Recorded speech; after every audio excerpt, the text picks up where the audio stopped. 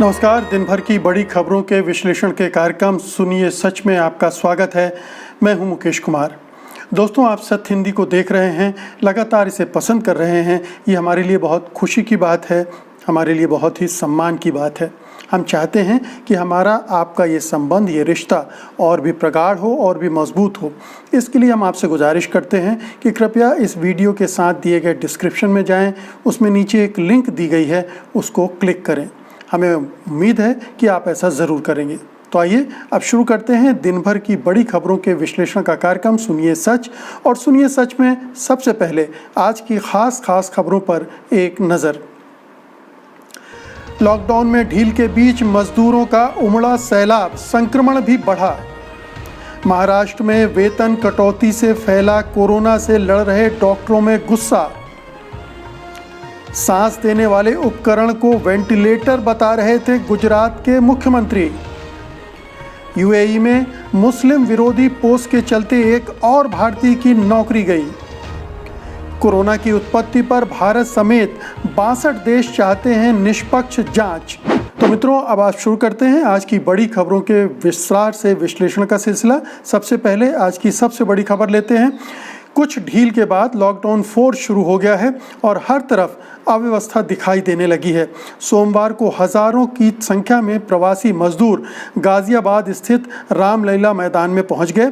ये प्रवासी मजदूर उत्तर प्रदेश के अलग अलग शहरों के लिए रवाना होने वाली श्रमिक ट्रेनों के लिए अपना रजिस्ट्रेशन करवाने के लिए आए थे। इस दौरान सरकार की तैयारियां नाकाफ़ी साबित हुई और सोशल डिस्टेंसिंग की जमकर धज्जियां उड़ाई गईं। इसी क्रम में गुजरात के राजकोट में भी मजदूरों ने ट्रेन के समय में बदलाव के बाद हंगामा किया और तोड़फोड़ की। इसके अलावा गुजरात के अहमदाबाद में भी जमकर पत्थरबाजी हुई। मजदूर घर भेजे जाने की व्यवस्था नहीं की जाने से गुस्साए हुए थे। तो लॉकडाउन 4 शुरू हो गया है और उसमें तमाम तरह की रियायतें भी दी जा रही हैं, लेकिन हम देख रहे हैं कि एक तरह की अव्यवस्था लगातार फैलती जा रही है।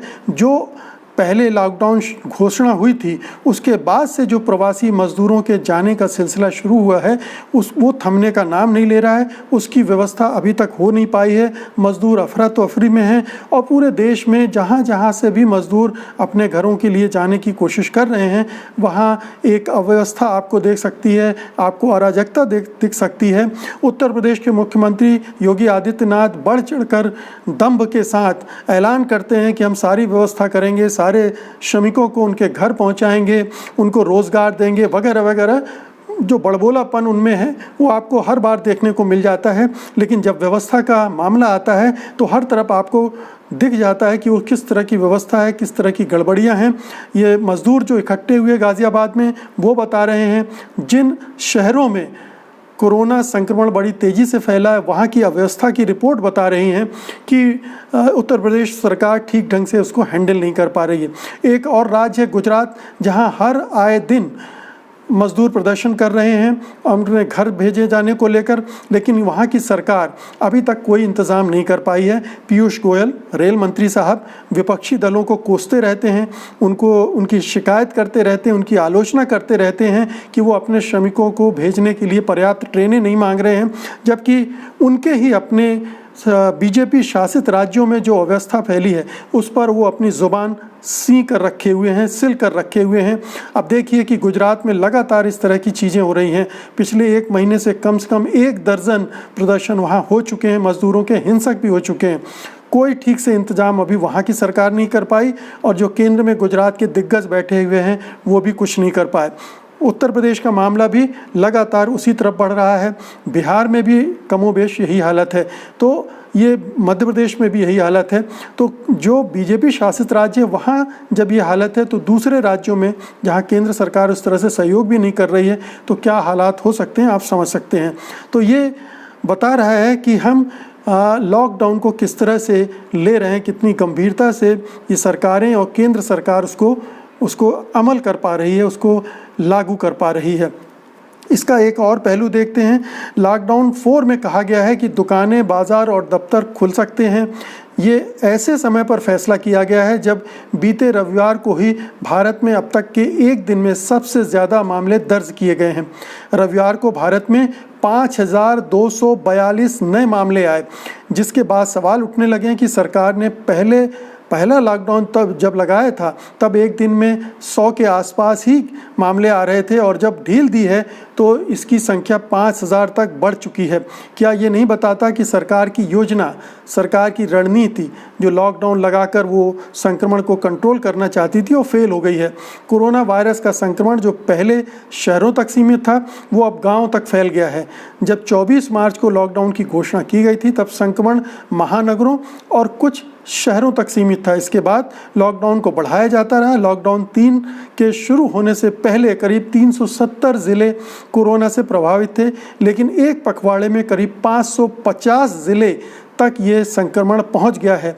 अब इसमें वे ज़िले भी आ गए हैं जो ग्रामीण क्षेत्रों में हैं, यानी अब कोरोना का संक्रमण गांवों तक पहुंच गया है जहां स्वास्थ्य सुविधाएं नहीं के बराबर हैं। संक्रमण की इस रफ्तार से कल यानी 19 मई को देश में संक्रमित मामलों की संख्या 1 लाख के पार चले जाने की आशंका है।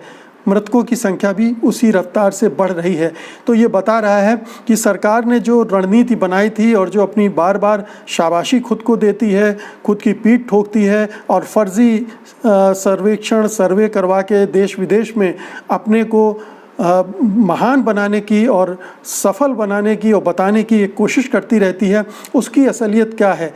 लगातार ये लॉकडाउन में संख्या बढ़ती रही तो लॉकडाउन का मतलब क्या हुआ, और जब संख्या 5,000 से ऊपर चली गई है तब लॉकडाउन को हटाने, उसमें ढील देने के अंजाम क्या होंगे आप समझ सकते हैं।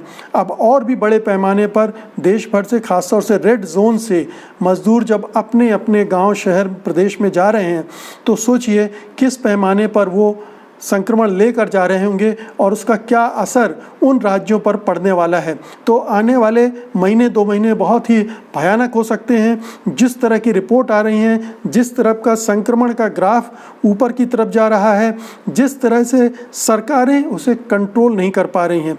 केंद्र सरकार नाकाम साबित हुई है प्रवासी मजदूरों को अपने राज्यों में समय पर भेजने में। एक तो जो 3-4 घंटे की नोटिस पे लॉकडाउन दिया था वो एक ऐसी हिमालयी भूल है जिसने संक्रमण से लड़ाई में हमें सबसे ज़्यादा फिसड्डी साबित किया है।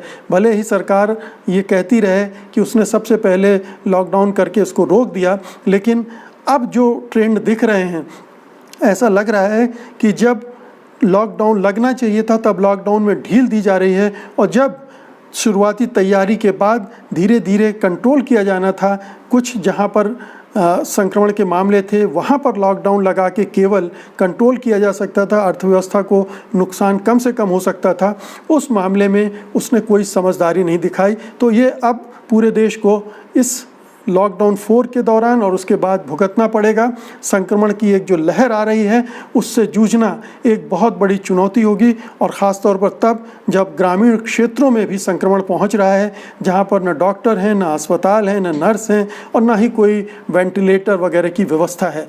बहुत ही ख़तरनाक समय में हम आज 18 तारीख को एंटर कर रहे हैं। ये तारीख आपको याद रखनी चाहिए। ये लॉकडाउन 4 की तारीख है और लॉकडाउन को ढील देने की तारीख है और लॉकडाउन में पीछे जाने की तारीख है।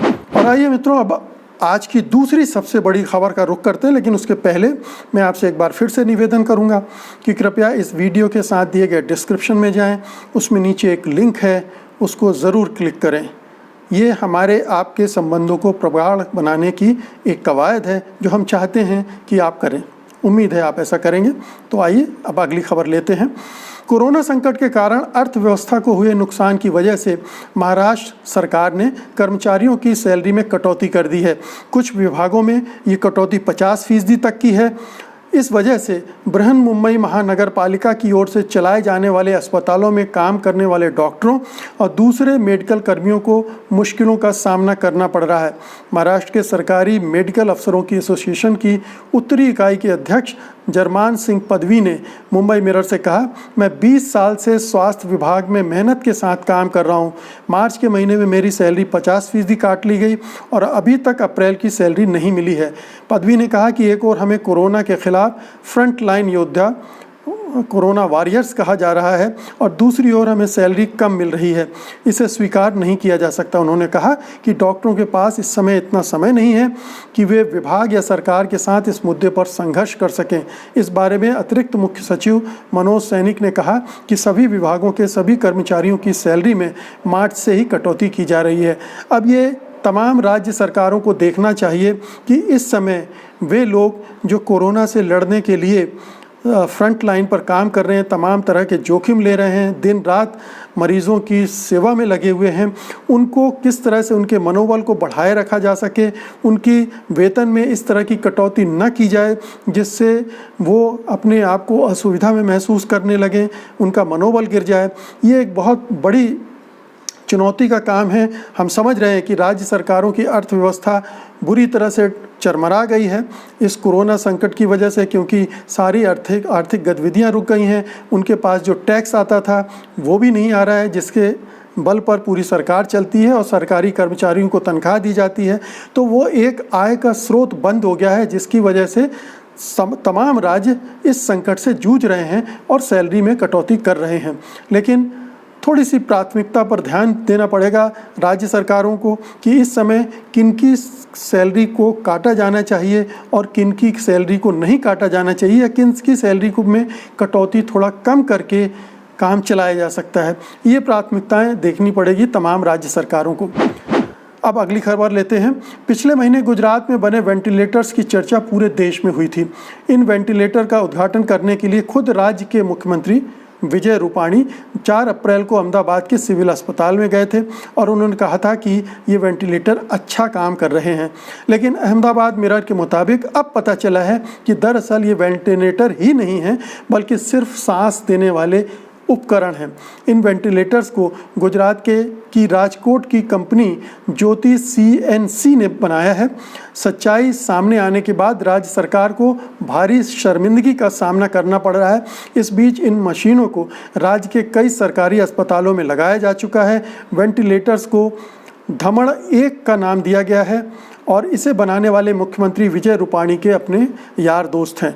तब रूपाणी ने कहा था कि ज्योति CNC ने 10 दिन में ही वेंटिलेटर बना दिया है। उन्होंने कहा था कि गुजरात के ही उद्यमी पराक्रम सिंह जडेजा और उनकी टीम ने इस मेक इन इंडिया वेंटिलेटर को बनाया है। वरिष्ठ अफसर ने अहमदाबाद मिरर से कहा कि ये मशीन वेंटिलेटर नहीं है, ये एक मशीनीकृत एम्बू बैग है, यानी सांस देने की एक मशीन है, उपकरण है। जब किसी मरीज को सांस दे लेने में दिक्कत होती है तो उसे एम्बू बैग के ज़रिए बनावटी सांस दी जाती है और इस मशीन से ऑक्सीजन का सोर्स जोड़ा जा सकता है, लेकिन इसे वेंटिलेटर कतई नहीं कहा जा सकता।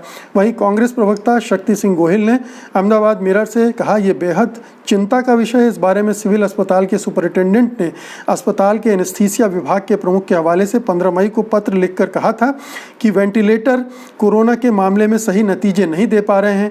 उन्होंने कहा कि इसे बनाने वाली कंपनी के निदेशक कौन हैं और उन्होंने बीजेपी को कितना फंड दिया है, इस बारे में भी जांच होनी चाहिए। तो ये जो वेंटिलेटर का पूरा मामला है गुजरात का, एक तो पूरा फर्जी मामला है, फ्रॉड है और फिर एक स्कैंडल भी है कि कैसे विजय रूपाणी के अपने मित्र दोस्तों को ये ठेका दिया गया होगा, कैसे उन्होंने पूरी सरकार को और पूरे प्रशासन तंत्र को बेवकूफ़ बनाया, तमाम हॉस्पिटल में ये उपकरण बेच दिए ये कह के कि वेंटिलेटर हैं, और ख़ुद मुख्यमंत्री के सलाहकार, उनके पूरा जो महकमा होता है, उनको भी पता नहीं था कि वेंटिलेटर्स और एम्बू बैग में क्या फ़र्क होता है।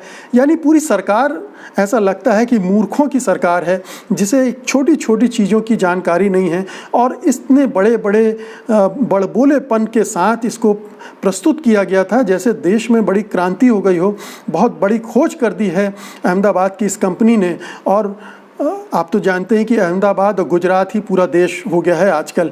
तो गुजरात गुजरात गुजरात गुजरात गुजरात के अधिकारी, गुजरात के ठेकेदार, कॉन्ट्रैक्टर, बिजनेसमैन, सब हर जगह वही पूरे हिंदुस्तान में हावी होते जा रहे हैं।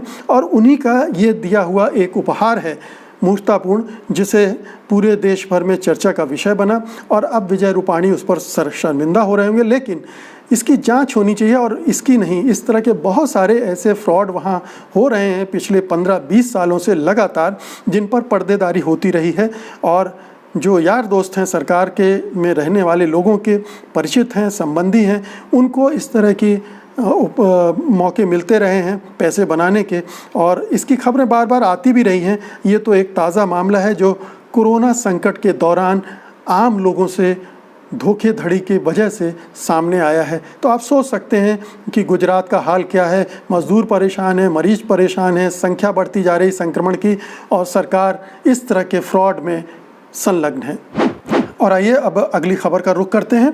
यूएई में एक और भारतीय को इस्लामोफोबिक यानी मुस्लिम विरोधी सोशल मीडिया पोस्ट के कारण नौकरी से हाथ धोना पड़ा है। ब्रिज किशोर नाम के एक व्यक्ति ने अपने सोशल मीडिया अकाउंट पर मुसलमानों को कोरोना फैलाने वाला बताया था और दिल्ली दंगे को एक दैवीय न्याय, डिवाइन जस्टिस कहा था कि ये भगवान ने न्याय किया है दंगे करवा के और लोगों को मरवा के न्याय बताया था, जिसके बाद ब्रिज किशोर को बिना किसी नोटिस दिए ही नौकरी से निकाल दिया गया। ब्रिज किशोर स्टीफन रॉक नाम की खनन कंपनी में काम करते थे। बता दें, इससे पहले भी इसी महीने 3 भारतीयों को इसी तरह की मुस्लिम विरोधी पोस्ट के लिए नौकरी से निकाला जा चुका है। इसको लेकर भारतीय राजदूत पवन कपूर भी भारतीयों को चेतावनी दे चुके हैं। ये बहुत बड़ा मसला बन चुका है हिंदुस्तान और गल्फ के देशों में, खाड़ी के देशों ने बार बार ये चिंता प्रकट की है कि भारत में मुसलमानों के साथ व्यवहार ठीक से नहीं हो रहा है, भारत में इस्लामोफोबिया फैल रहा है, भारत में मीडिया इस्लामोफोबिया फैला रहा है। उन्होंने चैनलों को नाम लेकर बाकायदा इनको बैन करने की मांग की है, उन लोगों को पर प्रतिबंध लगाने की बात कही है जो इस तरह की हरकतों में संलग्न हैं। तो पूरे जो मुस्लिम कंट्रीज़ हैं, खाड़ी के देश खास तौर पर जहां लाखों भारतीय काम करते हैं, वहां भी ये जो इस्लामोफोबिया है वो पहुंच गया है। वहां भी हमारे यहाँ जिस तरह के हिंदुत्ववादी संगठन हैं उनमें से कुछ वहाँ भी सक्रिय हैं, वो भी इन मज़दूरों को भड़का रहे होंगे और उस उत्साह में वो भी इस तरह की पोस्ट डालकर इस तरह से अपनी नौकरियां गंवा रहे हैं। उनके खिलाफ कार्रवाई भी हो सकती है, उनको देश निकाला भी जा सकता है और जेलों में भी ठूंसा जा सकता है। तो वहाँ के देश अब इस मामले में स्पष्ट है कि समझौता करने के लिए तैयार नहीं है, उसको अनदेखा करने के लिए तैयार नहीं है। जब कोई व्यक्ति दिल्ली दंगों को दैवीय न्याय बताने लगे तो आप समझ सकते हैं कि उसकी मानसिकता कितनी घटिया होगी। और जो मुसलमानों पर सीधे सीधे आरोप लगा रहा हो कि वो कोरोना फैला रहे हैं, जबकि ऐसी कोई बात नहीं थी, अब ये तो सब खुले में आ चुका है। तब इस तरह की चीज़ें होंगी तो जाहिर है कि कोई भी देश बर्दाश्त नहीं करेगा, नहीं करना चाहिए। ना भारत को बर्दाश्त करना चाहिए, ना दूसरे देशों को बर्दाश्त करना चाहिए, क्योंकि कोरोना से लड़ाई ही अपने आप में एक बड़ी लड़ाई है और उसमें एक दूसरी लड़ाई छेड़ दी जाए जो नफ़रत और हिंसा फैलाती हो, ये कतई बर्दाश्त नहीं होनी चाहिए। तो ये हमारे सरकार की भी जिम्मेदारी है, हमारे जो वहाँ दूतावास है उनकी जिम्मेदारी है कि वहाँ के भारतीयों को फिर से सावधान करें, उनको बताएं कि उन्हें दूसरे देशों में किस तरह से पेश आना है। और कहीं भी रहें, दूसरे देश का मसला नहीं है कि इस तरह से किसी धर्म के खिलाफ, किसी धर्म को मानने वालों के खिलाफ इस तरह की पोस्ट डालने का नतीजा क्या हो सकता है, चाहे वो हिंदुस्तान में रहें, चाहे किसी और देश में रहें। ये बहुत ज़रूरी है, लोगों को इस तरह के समझदारी पैदा की जाए, उनको सावधान किया जाए। और अब आज की अंतिम खबर लेते हैं। भारत भी उन 60 से अधिक देशों के साथ शामिल हो गया है जो कोरोना वायरस के स्रोत को लेकर एक निष्पक्ष, स्वतंत्र और व्यापक मूल्यांकन की मांग कर रहे हैं। विश्व स्वास्थ्य संगठन जिनेवा में सोमवार से 2 दिन का एक महत्वपूर्ण सम्मेलन आयोजित कर रहा है। अमेरिका के अलावा जर्मनी, ब्रिटेन और ऑस्ट्रेलिया सहित कई देश कोरोना वायरस फैलने के लिए चीन को जिम्मेदार ठहरा रहे हैं। अब इसको लेकर भारत समेत दुनिया के 62 देशों ने चीन और विश्व स्वास्थ्य संगठन से सवाल किए हैं। ये सभी देश निष्पक्ष जांच की मांग कर रहे हैं। यूरोपीय संघ ने एक प्रस्ताव का मसौदा तैयार किया है जिसका कई देश समर्थन कर रहे हैं। ये सभी देश इस बात का जवाब चाहते हैं कि कोरोना वायरस आखिर कैसे और किस तरह से इंसानों तक पहुंचा। WHO ने इसकी रोकथाम के लिए क्या कदम उठाए और उसकी भूमिका क्या रही। तो WHO की भूमिका पर अमेरिकी राष्ट्रपति डोनाल्ड ट्रंप लगातार प्रहार करते रहे हैं, क्योंकि उनकी घरेलू राजनीति का मसला है। उनको चुनाव लड़ना है और चुनाव में एक दुश्मन खड़ा करना है, और चीन को दुश्मन खड़ा करके कभी वो चाइनीज़ वायरस का नाम लेते हैं, कभी ये कहते हैं कि ये वुहान की एक लेबोरेटरी में पैदा हुआ था। हालांकि दुनिया भर के वैज्ञानिक और इस तरह के मामलों के विशेषज्ञ कह चुके हैं कि इस तरह का वायरस किसी लेबोरेटरी में नहीं बनाया जा सकता है। बहरहाल चूँकि उन्होंने शंका खड़ी कर दी है और चूँकि ये एक अंतर्राष्ट्रीय राजनीति का भी मसला है, अंतर्राष्ट्रीय आर्थिक युद्ध का भी मसला है, इसलिए अमेरिका और उसके जो साथी देश हैं यूरोप के, वो भी इसमें शामिल हो गए हैं। भारत के लिए ये कोई अच्छी बात नहीं है कि इस तरह की मुहिम का हिस्सा बने।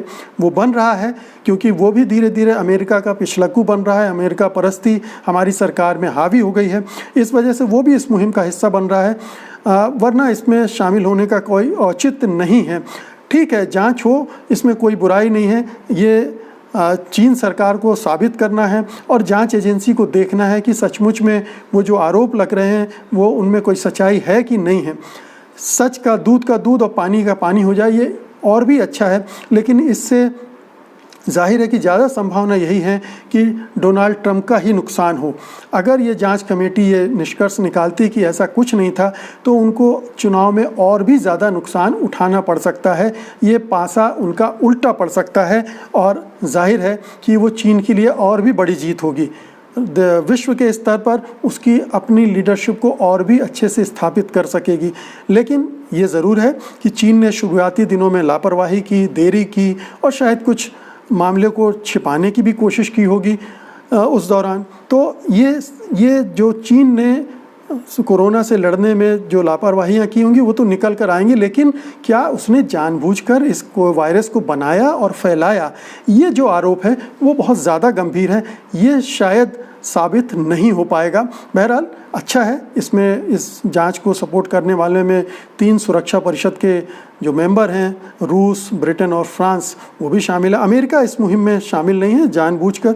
वो तो WHO से एक तरह से फंड विड्रॉ करके अलग ही हो गया था, तो उसने जानबूझकर अपने आप को अलग रखा होगा ताकि ये न लगे कि अमेरिका इस मुहिम को आगे बढ़ा रहा है, लेकिन वो पर्दे के पीछे से इसमें खेल रहा होगा। तो मित्रों, ये थी आज की तमाम बड़ी खबरें और उनका विश्लेषण। उम्मीद है कि आपको आज का ये अंक अच्छा लगा होगा, और अगर अच्छा लगा है तो आप इसको ज़रूर लाइक करेंगे और शेयर करेंगे और साथ ही इस चैनल को सब्सक्राइब भी करेंगे। तो कल फिर आपसे मुलाकात होगी सुनिए सच में बड़ी खबरों के विश्लेषण के साथ। तब तक के लिए मुझे अनुमति दीजिए। नमस्कार। सत्य हिंदी के और वीडियोस को देखने के लिए हमारे YouTube चैनल को सब्सक्राइब करें और सीधे नोटिफिकेशन पाने के लिए बेल आइकन दबाएं।